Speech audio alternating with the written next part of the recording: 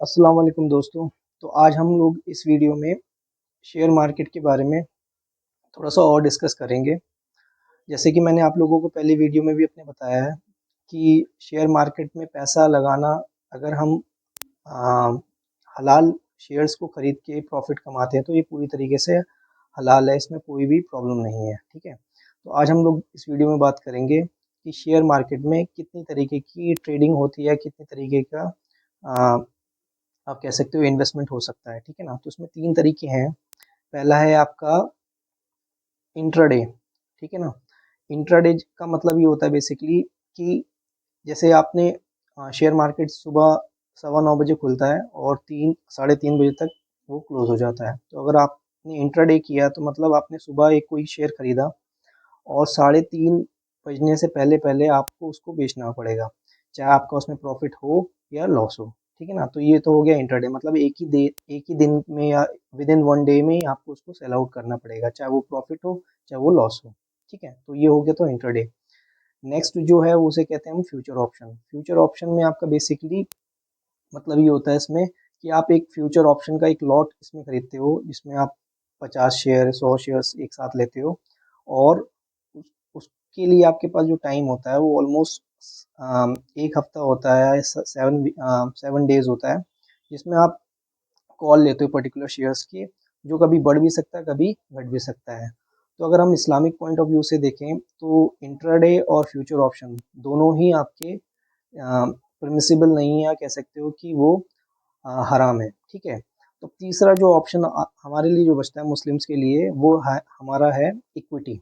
ठीक है, इक्विटी का मतलब ये होता है कि जैसे हमने कोई शेयर्स खरीदे, उसको हम होल्ड कर सकते हैं, 6 महीने के लिए होल्ड कर सकते हैं, 1 साल के लिए होल्ड कर सकते हैं, या 4-5 साल के लिए भी होल्ड कर सकते हैं, या उससे भी ज़्यादा हम होल्ड कर सकते हैं। ठीक है ना, तो ये इक्विटी जो है ऑप्शन शेयर मार्केट में, ये कम्प्लीटली हलाल है। ठीक है ना, तो इक्विटी में भी 2 तरीके से हम प्रॉफिट बना सकते हैं, जैसे कि शॉर्ट टर्म इन्वेस्टमेंट करके या लॉन्ग टर्म इन्वेस्टमेंट करके। शॉर्ट टर्म इन्वेस्टमेंट का मतलब ये हुआ, जैसे कि आपने कोई शेयर आज खरीदा और आपने 1 या 2 महीने के अंदर उसको सेल आउट कर दिया, आपको अच्छा खासा प्रॉफिट हुआ, आपने उसको सेल आउट कर दिया, बेच दिया।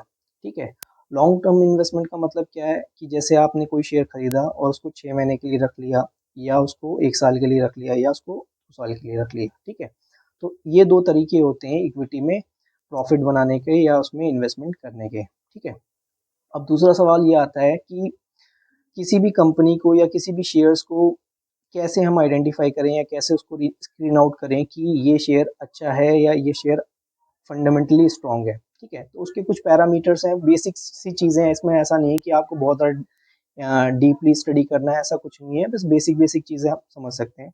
जैसे कि पहली चीज़ तो हम लोगों को ये देखनी है कि उस कंपनी की मार्केट वैल्यू क्या है।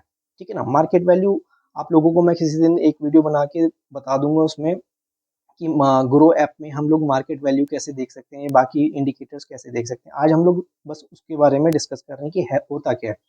तो मार्केट वैल्यू का मतलब क्या है कि किसी की भी कंपनी का टोटल वैल्यूएशन कितना कितना उसकी कीमत है मार्केट में। ठीक है ना, तो कोई भी कंपनी अगर 20,000 करोड़ या 15,000 करोड़ से ऊपर की है तो हम उसको सेफ मानते हैं, उसको अच्छा मानते हैं। ठीक है ना, तो उसमें आप अगर आप पैसा लगाओगे तो आप कह सकते हो कि 90% या 99% आपका पैसा जो है वो सेफ है, क्योंकि वो कंपनी जल्दी से डूबेगी नहीं, क्योंकि उसके पास एक अच्छा खासा मार्केट है, या आप कह सकते हो एक अच्छा खासा वैल्यूएशन है। ठीक है ना, मार्केट में। तो पहली चीज़ क्या हो गई कि हम उसकी मार्केट वैल्यू देखें। ठीक है ना, वो कम से कम 15,000 करोड़ से ऊपर होनी चाहिए, 15,000 करोड़ से ऊपर होनी चाहिए। ठीक है, सेकंड जो आपका आता है, हम उसमें देखते हैं प्रॉफिट, कि वो कंपनी साल में प्रॉफिट बना भी रही है कि नहीं बना रही है। जैसे 3-4 साल का हम प्रॉफिट देख सकते हैं, या 5 साल का देख लें, या पिछले 1 साल का देख लें। तो प्रॉफिट 2 तरीके से शो करता है ग्रो ऐप में, एक तो क्वार्टरली प्रॉफिट शो करता है और दूसरा आपका ईयरली प्रॉफिट शो करता है। तो हमें ये देखना है किसी भी शेयर्स को खरीदने से पहले कि वो क्वार्टरली भी प्रॉफिट दे रहा है या ईयरली भी प्रॉफिट दे रहा है। कहीं ऐसा तो नहीं है कि हमने बाकी चीज़ें देख ली बट प्रॉफिट उसको दे ही नहीं रहा है ना, तो वो क्वार्टरली प्रॉफिट दे रहा है। क्वार्टरली का मतलब हर 3 महीने पे वो प्रॉफिट दे रहा है कि नहीं दे रहा है। ठीक है ना, तो ये दूसरा इंडिकेटर तो ये हो गया कि इससे देख के भी हम पहचान सकते हैं कि ये कंपनी हमारी अच्छी है और फंडामेंटली स्ट्रांग है। तीसरा फैक्टर जो है वो भी बहुत इंपॉर्टेंट माना जाता है, जिसको हम कहते हैं डेप्थ।